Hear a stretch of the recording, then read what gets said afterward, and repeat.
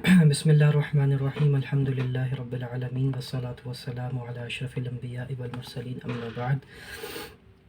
آج ہم نے اللہ کی توفیق سے چھٹی حدیث ہم شروع کرنے جا رہے ہیں انشاءاللہ۔ الحدیث السادس عن النعمان بن بشیر رضی اللہ تعالی عنہما قال سمعت رسول اللہ صلی اللہ علیہ وسلم یقول، فرماتے ہیں کہ میں نے نبی کریم صلی اللہ علیہ وسلم کو یہ فرماتے ہوئے سنا، ان الحلال بین وان الحرام بین وبینہما امور مشتبہات لا یعلمہن کثیر من الناس۔ بے شک کہ حلال چیزیں بالکل واضح ہیں اور بے شک کہ حرام چیزیں بھی بالکل واضح ہیں۔ وبینہما امور مشتبہات لا یعلمہن کثیر من الناس، اور اس حلال اور حرام کے بیچ میں کچھ ایسی چیزیں ہیں جن کو اللہ کے رسول نے فرمایا کہ مشتبہات میں سے ہیں، یعنی یہ ایسی چیزیں ہیں جو کہ یعنی اس کے بارے میں مشتبہ ہے، یعنی ان سے کوئی شک و شکوک و شبہات یعنی اس کے حوالے سے ہیں کہ آیا کہ یہ حلال میں آتی ہے یا آیا کہ یہ حرام میں آتی ہے۔ لا یعلمہن کثیر من الناس، اور یہ ایسے مشتبہات، یہ جو بیچ کی چیزیں ہیں یہ ایسی ہیں کہ بہت زیادہ جو لوگ ہیں وہ اس کے بارے میں نہیں جانتے۔ فمن اتقى الشبہات استبرأ لدینہ وعرضہ، تو جو کوئی ان شبہات سے جو ہے وہ اپنے آپ کو جو ہے بچاتا ہے، فقط استبرأ لدینہ وعرضہ، تو گویا کہ وہ اپنے دین کو اور اپنی عزت کو جو ہے وہ اس کا تحفظ کرنے میں کامیاب ہو جاتا ہے۔ ومن وقع فی الشبہات، اور جو کوئی ان شبہات میں واقع ہو جاتا ہے یعنی پڑ جاتا ہے، وقع فی الحرام، تو گویا کہ وہ حرام کے اندر جو ہے مبتلا ہو جاتا ہے۔ کالراعی یرعی حول الحمى، کہ جیسا کہ کوئی چرواہا جو ہے وہ مطلب اپنے ریوڑ کو چراتا ہے حول الحمى، بالکل ہی کسی کنارے کے اوپر، کسی باؤنڈری کے اوپر۔ یوشک ان یرتع فیہ، کہ ہو سکتا ہے کہ وہ مطلب ایک فیلڈ ہے، اپنی فیلڈ کے بالکل کنارے کے اوپر ان کو چراتا ہے، تو یوشک ان یرتع فیہ، تو ہو سکتا ہے وہ کنارے کی اس سائڈ پہ بھی چلے جائیں، یا ہو سکتا ہے کنارے کی اس سائڈ پہ جو کسی اور کی کھیتی ہے وہ اس میں سے بھی چر لیں، یا اگر دوسری باؤنڈری میں چلے جائیں یعنی اپنی باؤنڈری کو کراس کر جائیں، مراد یہ ہے۔ الا وان لکل ملک حما، جان رکھو، خبردار ہو جاؤ کہ ہر بادشاہ کی جو ہے ایک باؤنڈری ہوتی ہے۔ وان حما اللہ محارمہ، اور اللہ تعالیٰ کی جو باؤنڈری ہے وہ اس کی حرام کردہ چیزیں ہیں۔ الا وان فی الجسد مضغہ، اور جان رکھو کہ انسان کے جسم کے اندر ایک گوشت کا ٹکڑا ہے، اذا صلحت صلح الجسد کلہ، اگر اس کی اصلاح ہو جائے تو پورے جسم کی اصلاح ہو جاتی ہے۔ واذا فسدت فسد الجسد کلہ، اور اگر وہ خراب ہو جائے، اس کے اندر فساد برپا ہو جائے تو فسد الجسد کلہ، تو پورے جسم کے اندر فساد برپا ہو جاتا ہے۔ الا وہی القلب، الا وہی القلب، رواہ البخاری والمسلم، بخاری مسلم کی جو ہے یہ روایت ہے۔ یہ بہت ہی ایک جو ہے وہ اہم اور روایت ہے جس کے اندر دین کی اگین بنیادی جو بنیاد ہے، ایک دین کی اساس ہے، ایک دین کے حوالے سے ایک بنیادی قاعدہ ہے، اللہ کے رسول صلی اللہ علیہ وسلم نے اس کا جو ہے ذکر فرما دیا، اور یہ اگر ہم اس کو اچھے طریقے سے سمجھ لیں تو ہماری زندگی کی بہت سارے معاملات میں ہمیں یہ جو رہنمائی جو ہے یہ اصول فراہم کرتا ہے۔ اس میں دو تین چیزیں ہیں، انشاءاللہ میں اللہ کی توفیق سے کوشش کرتا ہوں اس کو میں بیان کر سکوں۔ سب سے پہلے اللہ کے رسول صلی اللہ علیہ وسلم نے ارشاد فرمایا کہ حلال جو چیزیں ہیں نا وہ واضح ہیں، وہ بالکل یعنی انڈرسٹوڈ ہیں، ٹھیک ہے۔ مثال کے طور پہ جو اخلاقیات ہوتی ہیں، ٹھیک ہے، سچ بولنا اچھی بات ہے، جھوٹ بولنا بری بات ہے، رشوت لینا بری بات ہے، چوری کرنا، ڈکیتی، زنا، ٹھیک ہے، یہ سود، یہ چیزیں انسان اخلاقی طور پہ بھی اس کو سمجھ سکتا ہے کہ یہ بری چیزیں، مطلب اگر دین نہ بھی ہو، ایک سیکنڈ کے لیے میں بتاؤں کہ دین کا صرف یہ مقصد نہیں تھا کہ وہ ان اخلاقیات کے حوالے سے ہمیں جو ہے وہ تعلیم دے۔ اکثر لوگ آج کل کہتے ہیں علماء کو یا بعض کو کہ جی آپ اخلاقیات پہ بیان کریں، وہ کریں، سیاست میں آپ کیوں بات کرتے ہیں یا نظام کی بات آپ لوگ کیوں کرتے ہیں، مطلب آپ لوگوں کا کام تو یہ ہے کہ آپ بتائیں کہ بھی سچ بولنے کے فضائل یہ ہوتے ہیں اور جھوٹ بولنے کے نقصانات یہ ہوتے ہیں اور غیبت چغلی کے یہ تو اخلاقیات ہے نا، یہ تو انسان کو اگر کوئی نہ بھی بتائے بالفرض کہ دین تو کیونکہ دین ہے نا، دین تو کیونکہ دین ہے، وہ آپ کی ہر جوانب سے، کلی جوانب سے آپ کی رہنمائی کرتا ہے۔ تو دین وہ بھی بتاتا ہے، لیکن اگر یہ نہ بھی ایک سیکنڈ کے لیے ہو تو انسان کو واضح ہے کہ یہ حلال یا حرام چیزیں ہیں، یہ حرام چیزیں ہیں، مطلب یہ میں نے حرام گنوانی، جھوٹ، چغلی، غیبت، یہ بری چیزیں اخلاقی طور پر، تو یہ مطلب اس سے مطلب یہ obvious سی بات ہے، یہ غلط چیزیں ہیں، اس کو ہر انسان کی عقل مانتی ہے، انسان کی طبیعت، انسان کا مزاج، انسان کی فطرت مانتی ہے کہ غلط چیزیں۔ اسی طرح جو حلال چیزیں ہوتی ہیں، جو معروف ہیں، مطلب آپ کو مطلب آپ مثالیں اس پہ دیکھ سکتے ہیں، تو مطلب انسان کو پتہ ہوتا ہے۔ اور پھر دینی معاملات میں بھی جو حلال چیزیں ہوتی ہیں، مطلب وہ معروف ہوتی ہیں، بچپن سے ہم لوگ دیکھ رہے ہوتے ہیں، لیکن بعض اوقات ہوتا ہی ہے، مطلب عام سے عام بندہ بھی ہو، عام سے عام بندہ بھی جس کو کوئی دین کی نالج نہیں ہے، کچھ بھی نہیں ہے، اس کو بھی مطلب یہ سینس ہوگا کہ جی مرغی کھانا حلال ہے، اس نے کوئی دین کا کچھ بھی نہیں پڑھا، لیکن کیونکہ کھاتے ہیں لوگ، مسلمان کھاتے ہیں، ایک تواتر سے چلی آ رہی ہے، سبزیاں کھانا، یا اگر سور کا گوشت حرام ہے تو اتنی مشہور بات ہے کہ سب کو مطلب ایک معروف بات ہے، بچے بچے کو پتہ ہوتا ہے مسلمانوں کے، کوئی عالم نہیں بھی ہے یا کسی نے علم نہیں بھی حاصل کیا تو یہ معروف باتیں ہوتی ہیں۔ لیکن اللہ کے رسول فرمانے کہ بینہما امور مشتبہات، یہ حلال اور حرام کی جو باؤنڈری ہے نا، اس کے درمیان میں کچھ ایسی چیزیں ہوتی ہیں جو مشتبہ ہوتی ہیں، جس کے حوالے سے یعنی سب لوگوں کو کلیئرٹی نہیں ہوتی کہ یہ حلال ہے یا حرام ہے۔ لا یعلمہن کثیر من الناس، یعنی اللہ کے رسول نے کہا کہ زیادہ تر لوگ اس کو نہیں جانتے، یہ نہیں فرمایا کہ کوئی جانتا ہی نہیں، کیونکہ جو اس پہ علماء شارحین حدیث کے لکھتے ہیں کہ جو علماء حضرات ہوتے ہیں یا نیک لوگ ہوتے ہیں یا دین سے وابستہ لوگ ہوتے ہیں، ان کو پتہ ہوتا ہے، ان کو مشتبہات کا بھی پتہ ہوتا ہے کہ آیا کہ یہ حلال ہے یا حرام ہے، ان پہ کیا کرنا ہے، وہ علی وجہ البصیرہ اپنے علم کی روشنی میں عمل کرتے ہیں، اس کو چھوڑتے ہیں اور وغیرہ وغیرہ۔ لیکن جو عام عوام ہوتی ہے بعض اوقات وہ کنفیوز ہو جاتی ہے، ٹھیک ہے۔ تو جو ہے یعنی اس میں یہ ہے کہ اللہ کے رسول نے ایک قاعدہ ہمیں دے دیا، ایک قاعدہ ہمیں دے دیا، اور یہ صرف ضروری نہیں کہ بعض اوقات آپ مطلب آپ جا رہے ہوتے ہیں، ایک دم آپ کے سامنے کوئی چیز آتی ہے، کوئی معاملہ ایک دم آپ کے سامنے پیش آتا ہے، آپ کو نہیں پتہ ہوتا کہ یہ اب میں اس پہ کیا کروں نا، مطلب مجھے سمجھ نہیں آ رہی میں اس پہ کیا کروں، تو اس پہ گویا کہ اللہ کے رسول آپ کو یہ تعلیم دے رہے ہیں کہ you have to choose the safer side, you have to choose the safer side, ٹھیک ہے، آپ کو سیف سائڈ پہ ہونا ہے اپنے آپ کو، آپ نے کیا کرنا ہے کہ اگر شبہات ہیں، آپ کو نہیں پتہ یہ حلال ہے یا حرام ہے، اب آپ کو شک ہے، ٹھیک ہے، ہو سکتا ہے وہ حرام نہ ہو سکتا ہے وہ حرام نہ ہو، لیکن آپ کو ڈاؤٹ ہو گیا، آپ کو ڈاؤٹ ہو گیا، تو اللہ کے رسول نے آپ کو یہ تعلیم دے دی کہ اگر آپ اپنی دین کو بچانا چاہتے ہو، اپنی عزت کو بچانا چاہتے ہو، تو کوشش کرو کہ ان شبہات سے بچ جاؤ، یعنی اس شک اور شبہ والی چیز سے اپنے آپ کو دور کر لو۔ کیوں کہ اگر شک و شبہ والی چیز سے آپ اپنے آپ کو دور کر لیں گے تو اگر تو وہ حرام ہوگی تو آپ گویا کہ ایک حرام سے بچ گئے، اگر کہ وہ حلال بھی تھی اور اپنے آپ دور ہو گئے تو کوئی نقصان تو نہیں ہوا آپ کا، ٹھیک ہے۔ تو اس پہ اللہ کے رسول فرما رہے ہیں کہ جو کتنی مطلب یہ گہری اور خوبصورت بات ہے، اور دنیا کے زندگی گزارنے کے معاملے میں جب آپ کو اتنی چیزیں اس طرح کی درپیش آتی ہیں کہ آپ کو بعض اوقات سمجھ میں نہیں آتی، ایک دم آپ کسی سے پوچھ بھی نہیں سکتے، ایک دم آپ کو کلیئر نہیں ہو پاتا، بہت چھوٹی چھوٹی مسائل، بڑے بھی چھوٹے بھی، ہر لیول پہ آپ کو مسائل کے پیش آتے ہیں، تو اللہ کے رسول فرماتے ہیں کہ جو ان شبہات میں پڑ جاتا ہے نا، یعنی اس کا ارتکاب کر لیتا ہے، تو وہ پھر قریب ہے کہ وہ حرام میں بھی پڑ جائے، یعنی ہو سکتا ہے کہ اگر وہ شبہات والی چیز وہ حرام تھی تو وہ حرام میں پڑ جائے۔ پھر اللہ کے رسول نے کتنی پیاری مثال دی، اللہ کے رسول نے کہا کہ دیکھو جیسے کوئی ریوڑ ہوتا ہے، یعنی چرواہا ہوتا ہے، وہ اپنی جو بکریاں دمبے ہوتے ہیں ان کو چرا رہا ہوتا ہے، تو اگر وہ بالکل کسی کھائی کے قریب ان کو چرائے گا، ٹھیک ہے نا، بالکل باؤنڈری کے اوپر چرائے گا، کسی دوسری کی کھیتی کے باؤنڈری کے اوپر جو ہے وہ اس کو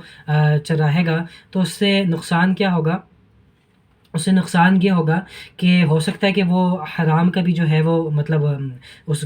دوسری کھیتی میں گر جائے یا کھائی کے اندر جو ہے گر جائے، تو ایک شبہ تو ہے نا، لیکن اگر وہ ان کو تھوڑا دور کر لے، اس باؤنڈری سے جو ہے وہ دور کر لے، اس سے دور کر لے، تو ہو سکتا ہے کہ وہ اس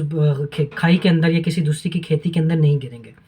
تو اللہ کے رسول صلی اللہ علیہ وسلم نے ایک مثال سے جو ہے اس خوبصورت بات کو جو ہے اللہ کے رسول نے عقلی طور پہ اس کو سمجھایا۔ اس کے بعد ایک بہت ہی اسی حدیث کا ایک ٹکڑا ہے، اللہ کے رسول نے بہت ہی ایک مطلب ایک جامع بات اور ایک بات فرما دی کہ اچھا، پھر پہلے یہ ہے کہ ہر بادشاہ کی جو ہے ایک باؤنڈریز ہوتی ہیں، اور اللہ کی باؤنڈریز جو ہیں اس کی حرام کردہ چیزیں ہیں، یہ تو بالکل واضح بات ہے۔ تو اس کے بعد یعنی اللہ تعالیٰ کی جو مطلب حرام کردہ چیزیں وہ لاسٹ باؤنڈری ہے، ٹھیک ہے، اگر آپ ان کو سے تجاوز کریں گے تو گویا کہ آپ نے اللہ تعالیٰ کی نافرمانی کی، اور اللہ تعالیٰ سے آپ نے گویا کہ بغاوت کی ہے۔ پھر اللہ کے رسول فرماتے ہیں کہ دیکھو، جان رکھو، مطلب توجہ دلائیے اعلیٰ، کہ بے شک کہ ہر جسم کے اندر ایک گوشت کا ٹکڑا ہے، اگر اس کی اصلاح ہو جاتی ہے تو انسان کے پورے جسم کی اصلاح ہو جاتی ہے، اور اگر اس ٹکڑے کی، اس گوشت کے ٹکڑے کے اندر فساد آ جاتا ہے تو پورے جسم کے اندر فساد آ جاتا ہے۔ الا وہی القلب، جان رکھو کہ وہ دل ہے۔ اچھا، یہ دل کا جو معاملہ ہے اس کے اوپر مطلب اگر جتنی بھی بات کی جائے میں سمجھتا ہوں کہ کم ہے، علماء نے اتنی کتابیں اس دل کے حوالے سے، قرآن مجید میں بہت دلوں کے حوالے سے جو ہے وہ بات ہوئی کہ بعض دل سخت ہوتے ہیں، بعض دل اللہ کی طرف انابت کرنے والے ہوتے ہیں، بعض دل جو ہے وہ اللہ کی جب آیات پڑھی جاتی ہیں تو وہ ان میں نرمی پیدا ہوتی ہے، بعض کو کچھ بھی نہیں ہوتا، ٹھیک ہے۔ تو دل کی ایک مطلب یہ فقہ القلوب جس کو کہا جاتا ہے نا، فقہ القلوب، کہ دلوں کی پوری ایک سائنس ہے، ٹھیک ہے نا۔ ایک تو مطلب ہم جو مطلب ایک ظاہری امراض ہوتے ہیں نا دل کے، اب دل کے ظاہری امراض بھی دیکھیں کتنے ہوتے ہیں، تو صرف اللہ کے رسول نے فرمایا کہ دل کے صرف ظاہری امراض نہیں ہیں، اس کے باطنی امراض بھی ہیں جو ظاہری امراض سے بھی زیادہ خطرناک ہیں۔ تو جیسے دل کے ڈاکٹر ہوتے ہیں، تو اس دل کے باطنی جو معاملات ہیں یا باطنی جو اس کی بیماریاں ہیں یا باطنی جو اس کے بیماریاں اور مسائل ہیں، اس کا بھی تو علاج ہمیں کرانا چاہیے، اس کا بھی تو ہمیں جو ہے وہ اس کے بھی تو ڈاکٹرز ہمیں جو ہے وہ موجود ہونے چاہیے۔ اس کے حوالے سے بھی تو جس کو ہم تزکیہ نفس جو ہے وہ بولتے ہیں کہ کسی مطلب آپ جو ہے تزکیہ نفس کریں، اپنے دل کو مطلب طاہر کریں، پاک کریں، ٹھیک ہے، یعنی تصفیۃ القلب، یعنی دل کو خالی کرنا شہوات سے، شبہات سے، حرام کردہ چیزوں سے، غلط چیزوں سے اپنے دل کو صاف کرنا، اور پھر تزکیۃ القلب، اور پھر اس کے اندر یعنی اللہ تعالیٰ کی محبت کو جو ہے وہ داخل کرنا۔ تو دل کے حوالے سے اللہ کے رسول صلی اللہ علیہ وسلم کی حدیث میں بہت جو ہے وہ چیزیں ملتی ہیں۔ ایک حدیث میں آتا ہے کہ اللہ کے رسول صلی اللہ علیہ وسلم جو تھے ام سلمہ رضی اللہ عنہ غالباً بیان فرماتی ہیں کہ ان سے کسی نے پوچھا کہ اللہ کے رسول جب آپ کے پاس ہوتے تھے تو کون سی کثرت سے دعا کیا کرتے تھے؟ تو انہوں نے کہا کہ اللہ کے رسول یہ دعا کیا کرتے تھے کہ یا مقلب القلوب، اے دلوں کو پھیر دینے والے، ثبت قلبی علی دینک، کہ میرے دل کو اپنے دین کے اوپر ثابت قدم رکھ۔ تو ام سلمہ بہت حیران ہوتی، خود بھی حیران ہوتی تھیں، کہ وہ کہتی میں خود بھی حیران ہوتی تھی کہ اللہ کے رسول تو اللہ کے نبی ہیں، اللہ کے پیغمبر ہیں، آپ کیوں یہ دعا کرتے ہیں کہ اللہ میرے دل کو ثابت قدم رکھ؟ تو مطلب آپ سے بھی زیادہ کوئی راہ راست پہ ہو سکتا ہے، آپ سے بھی زیادہ دین پہ ثابت قدمی جو ہے وہ کسی کو نصیب ہو سکتی ہے، آپ سے زیادہ تو کسی کو بھی نہیں ہو سکتی۔ تو اللہ کے رسول نے کیا بات فرمائی، اللہ کے رسول نے فرمایا تھا ام سلمہ کو کہ انسان کا جو دل ہے نا وہ اللہ کی 2 انگلیوں کے درمیان ہے، وہ جس وقت جس طرف چاہے اللہ کے انسان کے دل کو جو ہے وہ پھیر دے۔ تو گویا کہ اللہ کے رسول نے کتنی عاجزی کا اظہار فرمایا، کتنی انکساری کا اظہار فرمایا کہ وہ نبی اور پیغمبر ہو کے کہ جو ہدایت کا مرجع اور ماوا ہیں، جو ہدایت کا مرجع اور ماوا ہیں، وہ بھی اپنے لیے دعا کرتے تھے کہ اے اللہ میرے دل کو اپنے دین پہ ثابت قدم رکھ۔ تو ہماری اور آپ کی کیا یعنی کہنا چاہیے کہ گارنٹی ہے کہ ہم لوگ اگر آج اسلام پر ہیں، اللہ تعالیٰ ہمارا خاتمہ ایمان پر کرے، اللہ تعالیٰ ہمارا خاتمہ نیکی پہ کرے، اللہ ہمارا خاتمہ توبہ پر اور ایمان پر اور عافیت پر اور نیکی کے اوپر کرے، آمین ثم آمین۔ تو ہمیں اس بات کی کیا گارنٹی ہے کب جو ہے وہ ہم جو ہے راستے سے پھسل جائیں، کب جو ہے ہم راہ راست سے صراط مستقیم سے جو ہے وہ دور ہٹ جائیں۔ اللہ سے بہت پناہ مانگنی چاہیے، اور بہت ڈر لگتا ہے بعض اوقات، یعنی ہم نے اپنی آنکھوں سے دیکھا ہے کہ کتنے نیک لوگوں کو اپنی آنکھوں سے دیکھا ہے کہ موت کے وقت جو ہے وہ مطلب نا پٹری سے ہٹ جاتے ہیں بالکل، یعنی ان کا جو خاتمہ ہے، بڑھاپا جو ہے نا ان کا، وہ بالکل دوسری سائڈ پہ ہو جاتا ہے۔ اور کتنے ایسے لوگوں کو دیکھا کہ جو پوری زندگی اللہ کی نافرمانی میں گزار دیتے ہیں، اور پھر جو ہے خاتمہ جو ہے ان کا اللہ تعالیٰ اچھی اس کے اوپر کر دیتے ہیں۔ تو اللہ تعالیٰ سے بہت زیادہ جو ہے وہ ڈرنا چاہیے۔ انسان کا جو دل ہے نا، انسان کا جو دل ہے اس کو قلب کہتے ہیں عربی میں، قلب، اور قلب اس کو اسی لیے کہتے ہیں کہ قلب کا مطلب ہی ہوتا ہے کہ لوٹ پوٹ کا شکار ہونا۔ قلب کہتے ہیں کسی چیز کا الٹ جانا، یہ کسی چیز کا الٹ جانا۔ تو یہ دل کو دل مطلب اسی لیے کہا جاتا ہے، قلب کو عربی میں دل کو قلب اسی لیے کہا جاتا ہے کہ اس کی جو کیفیات ہیں نا وہ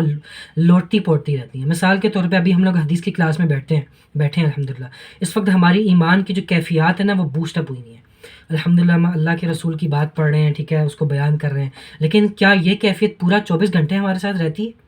ایسی بات تو نہیں ہے۔ میں بھی اس پہ گواہ ہوں، آپ بھی اس بات پہ گواہ ہیں کہ یہ ہماری جو کیفیات ہیں یہ بدلتی رہتی ہیں۔ ہمارا نیکی کی طرف رجحان جو ہے یہ بدلتا رہتا ہے، کبھی ہمارا گناہ کی طرف بہت دل کرتا ہے، کبھی ہمارا نیکی کا رجحان۔ تو اللہ سے بہت دعا کرنی چاہیے، ایک تو کہ اللہ تعالیٰ ہمارے دلوں کے جو حال بدلتے رہتے ہیں، اللہ تعالیٰ دین پہ ہمیں ثابت قدمی دے، ہمارے دین کے اوپر، اپنی اطاعت کے اوپر جو ہے ہمیں قائم و دائم رکھے۔ اور اس دل کے حوالے سے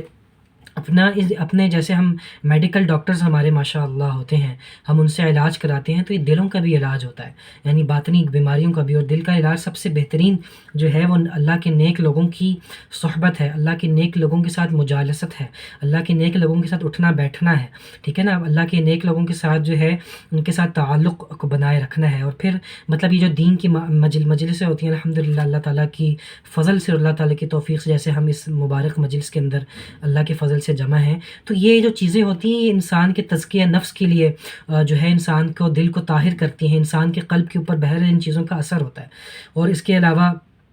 مسنون اذکار صبح و شام کے یا دیگر قرآن مجید کی تلاوت، مسنون اذکار، ٹھیک ہے، اور توبہ استغفار کی کثرت، یہ ہے جو انسان کے دلوں کو دھوتی ہے. انسان دیکھو، میں ہمیشہ مثال دیتا ہوں کہ آپ ایک وائٹ بورڈ ہے آپ کے پاس، اس وائٹ بورڈ کے اوپر آپ نے لکھا ہوا ہے، بھرا ہوا ہے وہ وائٹ بورڈ. اب اس وائٹ بورڈ کے اوپر اگر آپ نے مزید لکھنا ہے تو پہلے اس کو مٹاؤ گے نا، اس وائٹ بورڈ کو پہلے مٹاؤ گے نا، پھر اس کے اوپر کچھ لکھو گے کہ لکھے ہوئے کے اوپر کچھ لکھ دو گے. تو اس دل کے اوپر اگر گناہوں کی سیاہی جمی ہوئی ہے، اس دل کے اوپر اگر گناہوں کا جو ہے وہ میل کچیل جمی ہوئی ہے، تو پہلے اس میل کچیل کو دھو گے تو اس کے اوپر نیکی کا رنگ چڑھے گا نا. کتنے لوگ ہیں کہ جن کو ہم دین کی بات بتاتے ہیں، دین کی دعوت دیتے ہیں، ان کو ٹکے کا اثر نہیں ہوتا. کیوں؟ کیونکہ دل جو ہے وہ اتنا گناہوں کی سیاہی اس کے اوپر اتنے گناہوں کی سیاہی اس کے اوپر موجود ہے کہ وہ کسی چیز کا اثر نہیں لیتے. تو پہلی چیز ہے تزکیہ نفس، تطہیر قلب، کہ استغفار کے ذریعے سے، ذکر و اذکار کے ذریعے سے، تلاوت کے ذریعے سے، اور بالخصوص اللہ سے دعا کہ اللہ ہمارے گناہوں کو معاف کرے، اللہ سے ہم توبہ کریں. اس سے پھر جب ہمارا دل ہلکا ہوگا، دل صاف ہوگا، پھر اچھی باتوں کا ہمارے اوپر باقاعدہ رنگ چڑھے گا. صبغۃ اللہ کا رنگ آتا ہے نا سورہ بقرہ میں، ومن احسن من اللہ صبغہ، اللہ کے رنگ سے بہتر کون سا رنگ ہو سکتا ہے. تو اللہ کا رنگ اگر چڑھانا ہے نا اپنے اوپر، تو پہلے یہ جو گناہوں کا جو رنگ ہے، گناہوں کی سیاہی ہے، اس کو دھونا ہوگا. تو یہ ہے وہ قلب کی کیفیت اور وہ قلب کا معاملہ.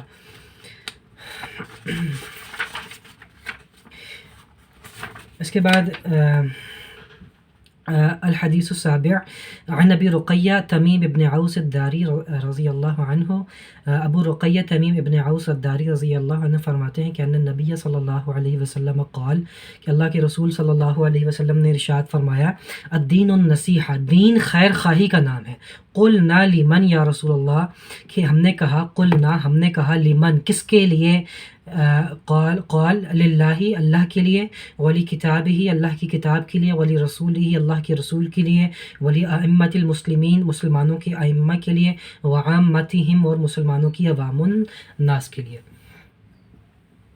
تو یہ بھی بہت جامع اور بہت ہی ماشاءاللہ الحمدللہ اس کے اندر ہدایت کا بہت ہی ایک سرچشمہ اور بنیاد اور اساس موجود ہے اس حدیث کے اندر. اللہ کے رسول علیہ الصلوۃ والسلام نے ارشاد فرمایا کہ دین جو ہے وہ کلی طور پہ خیر خواہی کا نام ہے. دین پورا کا پورا جو ہے وہ خیر خواہی کا نام ہے. کس کے لیے؟ اللہ کی. سب سے پہلے فرمایا اللہ کے لیے. اللہ کے لیے دین خیر خواہی کا نام کیسے ہے؟ کیا مراد ہے؟ کہ اللہ کی اطاعت کی جائے. اللہ سے خیر خواہی کرنے کا مطلب یہ ہے کہ اللہ کی اطاعت کی جائے، اللہ کی بات کو مانا جائے. کیونکہ جن چیزوں کا دیکھو، اللہ تعالیٰ نے آپ کو بنایا، آپ کو یہ آنکھیں، کان، زبان، ہاتھ، پاؤں، منہ، ایک اتنا چیز آپ کو عطا کی، تو آپ اس کا شکر کیسے ادا کر سکتے ہیں؟ اس کا حق ادا کیسے کر سکتے ہیں کہ آپ اللہ کی فرما برداری کریں، اپنی صلاحیتوں کو اللہ کی فرما برداری کے اندر جو ہے وہ صرف کریں. تو اللہ کے لیے خیر خواہی یہ ہے کہ آپ اللہ کے دین کے اوپر چلیں، اللہ کی بات کو مانیں، جس چیز سے اللہ نے منع کیا اسے اجتناب کریں. ولی کتاب ہی، اور قرآن کی خیر خواہی، قرآن سے خیر خواہی. قرآن سے خیر خواہی کیسے؟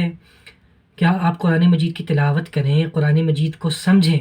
قرآن مجید پر عمل کریں، اور پھر قرآن مجید کی لوگوں کو دعوت دیں، اس کی تبلیغ کریں. آج یہ قرآن مجید کے حقوق ہیں 4-5. اب ہمیں اپنے آپ کو دیکھنا چاہیے کہ ہم کیا قرآن مجید کے حقوق ادا کر رہے ہیں؟ ہم میں سے کتنے لوگ ہیں جو قرآن مجید کی روز تلاوت کرتے ہیں؟ یہ حق ہے ہمارا قرآن مجید کا ہم پر. ہم میں سے کتنے لوگ ہیں جو قرآن مجید کو سمجھنے کی کوشش کرتے ہیں؟ پوری زندگی ہماری گزر جاتی ہے، جب 70 سال کے ہوتے ہیں پھر ہم قرآن مجید کو تفسیر کے ساتھ پڑھنے کی کوشش کرتے ہیں. اس کی مثال بالکل ایسی ہے، میں طلباء کو دیتا ہوں کہ آپ گھر لے کر آئے ہو واشنگ مشین، ٹھیک ہے، واشنگ مشین آپ کو چلانی نہیں آتی،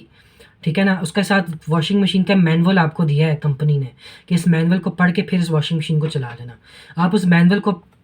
ردی کی ٹوکری میں ڈال دیتے ہو، اوپر بڑا سنبھال کے غلاف میں جو ہے وہ رکھ دیتے ہو، اور پھر آپ اس واشنگ مشین کا چھیڑیاں کرتے ہو، ایک بٹن دباتے ہو، ادھر دوسرا دباتے ہو، تیسرا دباتے ہو، چوتھا دباتے ہو، اس آٹومیٹک واشنگ مشین کا بیڑا غرق کر کے اس کو خراب کر دیتے ہو. پھر جب خراب کر دیتے ہو پھر کھولتے یار مینول میں پڑھوں کہ اس کو کیسے چلانا تھا. یہ انسان کی زندگی کی مثال ہے معذرت کے ساتھ کہ قرآن مجید ہمارا مینول ہے. اللہ تعالیٰ نے انسان کو بنایا، اللہ تعالیٰ نے جب انسان کو بنایا تو ساتھ ایک مینول بھی دے دیا کہ یہ قرآن تمہارا مینول ہے، اس کے مطابق تم نے زندگی گزارنی ہے. ٹھیک ہے، ہم نے پوری زندگی اپنی گزار دیتے ہیں، اپنی جوانیاں گزار دیتے ہیں، شادیاں ہو جاتی ہیں، بچے ہو جاتے ہیں، وہ بھی بڑے ہو جاتے ہیں، ان کی بھی شادیاں، پھر جب سارے کام ہو جاتے ہیں نا، پوری زندگی گزار لیتے ہیں، پھر کہتے ہیں چلو آپ قرآن مجید کی تفسیر لکھتے ہیں. اچھا، پڑھتے بھی نہیں ہیں، قرآن مجید کی ڈائریکٹ تفسیر لکھتے ہیں. ٹھیک ہے، تو کہنے کا مقصد یہ کہ یعنی آپ زندگی گزارنی ہے تو مطلب آپ زندگی اپنی بیڑا غرق کر کے زندگی جیسے کرنی تھی، اب آپ کے پڑھ بھی لیں گے تو زندگی تو آپ نے گزار لی، ٹھیک ہے، اللہ تعالیٰ تو غفور الرحیم ہے، اللہ کی رحمت تو بہت وسیع ہے، اللہ شاید پھر بھی قبول کر لے، اللہ پھر بھی معاف کر دے، لیکن یہ کوئی سمجھ میں آنے والی بات ہے؟ یہ کوئی مطلب عقل مندوں والا رویہ ہے، یا یہ کوئی ڈھنگ کے بندے کا رویہ ہو سکتا ہے؟ یہ کسی سمجھدار بندے کا رویہ ہو سکتا ہے؟ نہیں، انتہائی بیوقوف ہوگا وہ شخص جو اس طرح کی زندگی گزار دے۔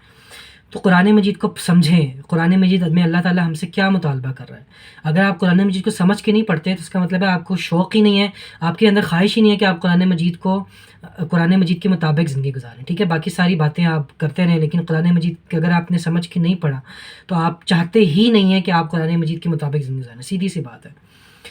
اس کے بعد یہ ہے کہ آپ قرآن مجید کو جب سمجھیں گے پھر اس کے اوپر عمل کریں گے، کہ آپ نے جو قرآن مجید کی پڑھا ہے اس کے اوپر آپ عمل کریں، اپنے گھر والوں کو اس کے اوپر لگائیں، ٹھیک ہے، سب سے پہلے اپنے گھر میں جو ہے قرآن کا نظام نافذ کریں، اپنی بہنوں پر، بیٹیوں پر، بیویوں پر، بچوں پر، شوہروں پر،